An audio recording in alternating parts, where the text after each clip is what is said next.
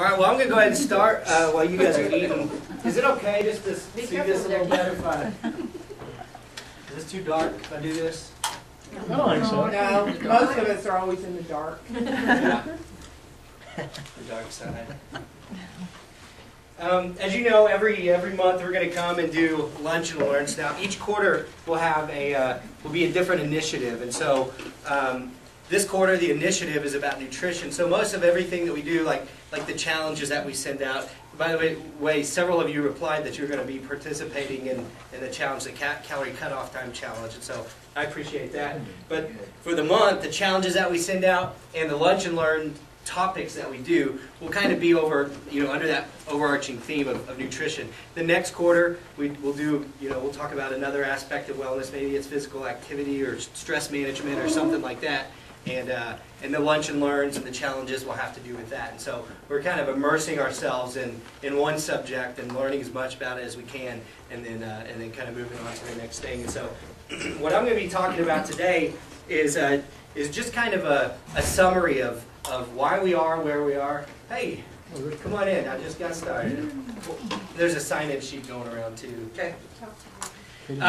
I'm going to just kind of start out by talking. Today what it's going to be about is why we are in the position that we're in as Americans. What brought us here to where this would even need to be an issue. The importance of the choices that we make. Now, some of the other lunch and learn topics, the next 2 months, we'll kind of go into more specific detail about tips and information that you can use as far as nutrition and picking the right food and some practical tips on how to do that. But today, what I wanted to do with you is share some information that's really opened my eyes a lot to how important this is.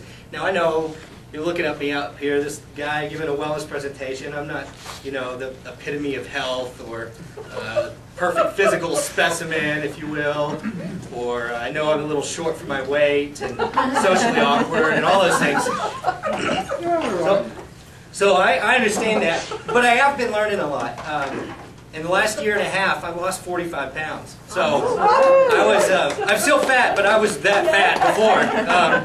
When they did my biometrics and stuff, that doctors looked at my blood, they saw little chalupas floating around it there. But I'm learning a lot, and this information has really opened my eyes to how important the decisions that I make are. And so that's kind of where we're going to start off. And I want to start off by giving you a little bit of a history lesson. This guy, I'm going to start by talking with him. Anybody recognize this man? Did you date Colonel yourself? Sanders. No, this is a fellow. That's what I said. The fellow by the name of Earl Butz. Oh, okay.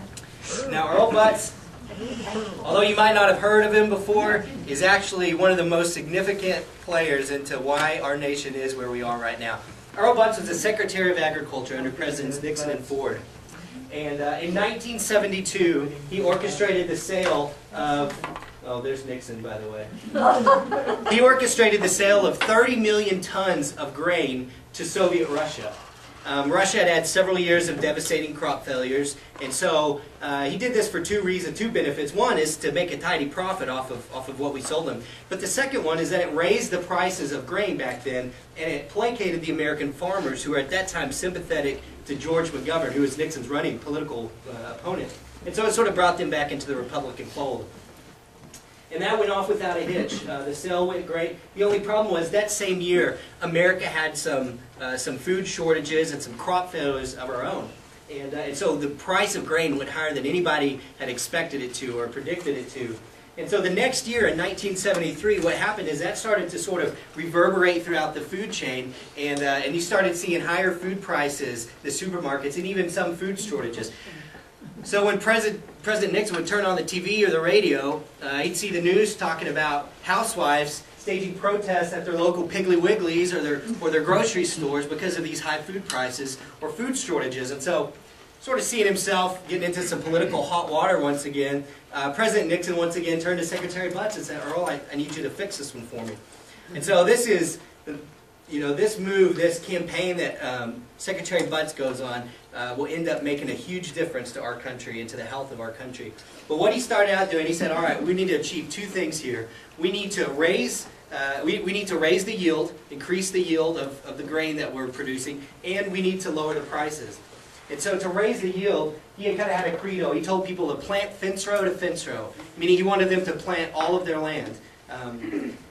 He also encouraged smaller farmers to consolidate. He thought that larger farms were more effective, more efficient, more productive farms, and so he encouraged them to do that. And that he did a great job of increasing the yield of grain through that.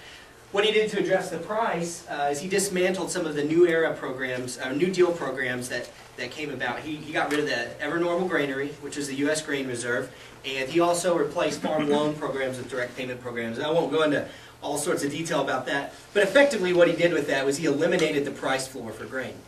So he did a great job. He increased the yield, he eliminated the price floor for grain, and he was lauded as a hero in the Nixon administration for this. And in fact, we know him today as one of his the father of modern-day industrial agriculture. Just to show you a comparison of how effective he was, in 1970, American farmers were producing 4 billion bushels of corn per year. Okay? 30 years later, because of these programs that were put into place, substantially fewer farmers, because of consolidation, were producing 10 billion bushels of corn per year. Okay? I'm sorry, I'm not standing in your way. Oh, fine. Now, we already had an excess of grain. We had enough to sell 30 million tons of it to our Cold War enemies. All right? So now we've got this super abundant mountain of corn. And what ecologists will tell you is that anytime an abundance of a raw commodity, organic commodity, is introduced into an ecosystem, creatures great and small will step forward to consume it, because in nature nothing's wasted, right? Well, that held true here too, except the commodity ends up being corn, and the creatures great and small actually end up being corporate America, who saw the opportunity to take this resource that is cheap and it's abundant, and to refine it and process it down and to turn the corn molecule into so many things and do so much stuff with corn. So that's why we're talking about corn here. And you'll kind of see what we're talking about. The first thing that they started doing is they started feeding it to the livestock. And that's when you notice the proliferation of CAFOs, concentrated animal feeding operations. Around here we know them as feedlots. So anytime you smell the wind blowing from Hereford, you can thank Earl Butts for that too. It didn't matter that cows aren't meant to eat grain, they're meant to eat grass. But if you throw some antibiotics in there where their livers and kidneys don't shut down, it makes an economic sense. It's an economic decision. It just made a lot more sense, money-wise, to have all the cows in one location and to ship this super cheap commodity around to feed our animals. So a lot of the beef that we eat is made up of a huge percentage of corn in that too. But it wasn't just the livestock. Sheep, goats, turkey, chickens, all eat corn. Fish are even now being bred to better tolerate a diet of corn because it's so cheap. It makes the most sense economically. What else did we start to do with corn? In 1980, we saw come onto the market a corn-derived sweetener called high fructose corn syrup. High fructose corn syrup was the latest and greatest thing then, and that same year, Coca-Cola started experimenting with it in their drinks. Now, one of the things we didn't know then, but we know now, is that high fructose corn syrup actually, pound for pound, has the same damage to your liver as alcohol does. And so we're seeing a lot of people, because of how many sodas are being drank and everything these days, that are going to the doctor and end up having liver disease without even being heavy drinkers. The high fructose corn syrup, in 1985, they made the switch completely over. Both Coca-Cola and Dr. Pepper made the switch entirely to high fructose corn syrup because it had a sweetness factor that was very similar to that of cane sugar. And it was half the price. So what Coca-Cola started doing, the marketing machine there is pretty clever. They started thinking to themselves, well, how can we sell more of our product to consumers?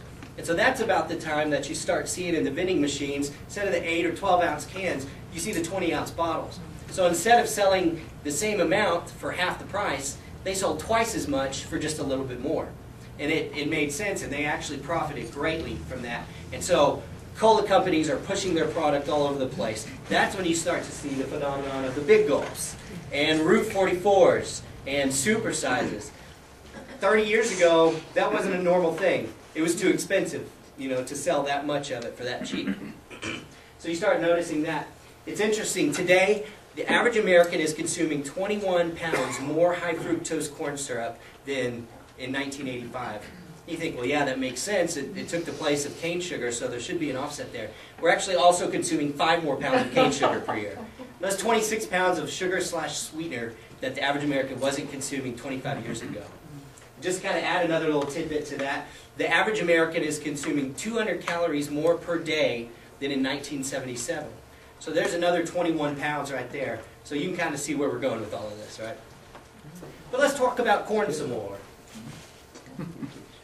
Fructose, glucose, anytime you see these on the back of your packages, it all comes from corn.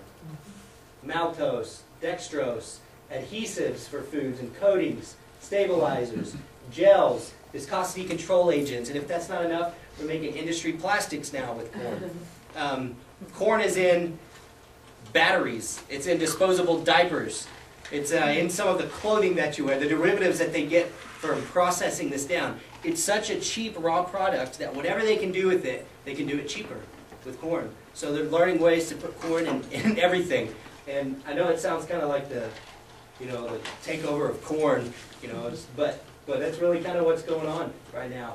And just to kind of drive the point home, when you go to a convenience store, you buy a bag of chips and some soda and fill up your car, corn is now fueling both you and your vehicle. Okay? So it's really turning into, there's a lot of corn out there, basically. Now this is pretty interesting. I saw the book that I read, that they took this meal from McDonald's, different things from McDonald's, and they put it into a machine called a mass spectrometer. And what that machine does, corn has its own unique carbon blueprint. And so they can break down the food molecules all the way and see what percentage of that food is made up of corn or a corn-derived product. And so your sodas that you're drinking, 96% corn. Does that include diet? No, diet sodas actually don't have high fructose corn syrup in them, and that's what the main part of it is. Milkshakes, 78%. They got a whole other chemical too. Yeah, that's the That's stuff that'll kill rats. Yeah, but no sugar. Skinny rats. Skinny rats. Skinny dead rats. Milkshake, 78% corn. Salad dressings are, whoa. Yeah, salad dressing, 65% corn. Chicken nuggets, 56% corn. A cheeseburger is 52% corn. That's just amazing to me. I'm eating a cheeseburger. This looks nothing like corn, but I'm eating 52% corn when I'm eating a So if you have cheeseburger. an allergy to corn, you're pretty much screwed. Yeah, that'd be like having an allergy to oxygen or something. Yeah. And French fries are 23%. So those are totally healthy.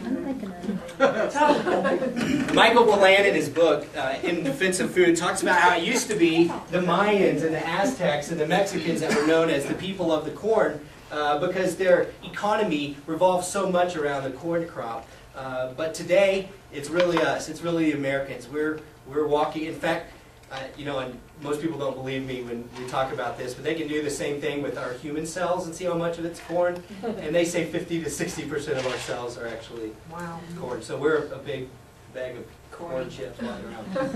But now it's Americans, except this is actually probably a more accurate depiction. Yeah, exactly. And so that leads us to the problem.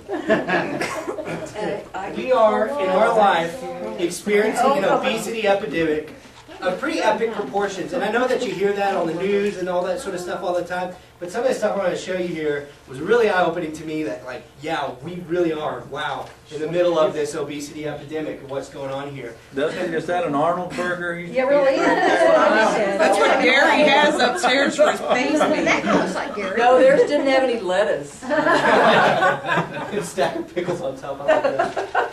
It's like you couldn't fit on the inside.